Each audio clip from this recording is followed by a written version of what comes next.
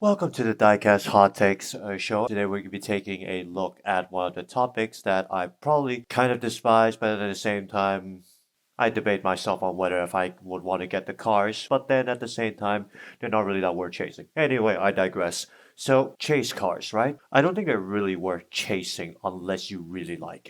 Ever since they introduced the chase cars and collecting like Super Treasure Hunts, Mini GT chases, and the Hot Wheels Premium chases, I was a little skeptical upon seeing that it was painted with a lot of speciality and quality into it. Like, oh, this is the special one out of all of them. Yet, maybe to me it's just the same, but we'll dive into that later. But now, as they release more and more of it, the more people fear that they miss out on something. Because in a way, it kind of attracts the fear of missing out on collecting something that they really want, but in the end, it's just like, oh well, it's just like one of those random pieces that I probably would sell to make a profit anyway. So not to fear, I'll give an explanation on why that is the case.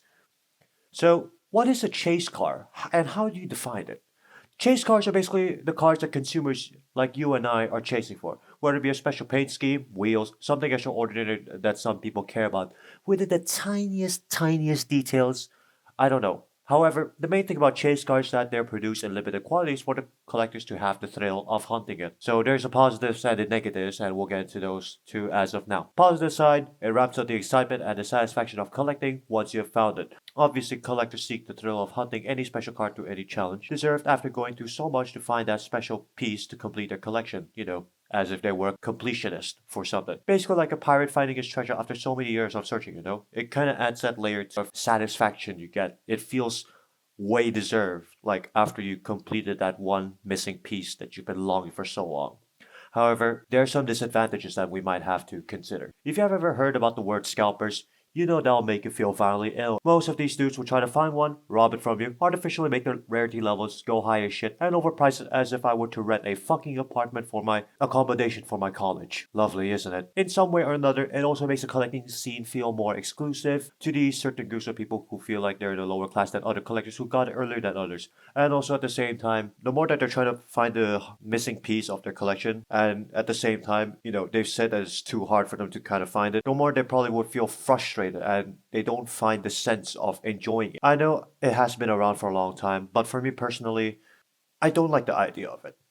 Just being honest right here, this is gonna be a hot take. I know people are gonna fucking kill me for this, but you know what? I just don't like the idea. Is it me missing the fun of getting it? No.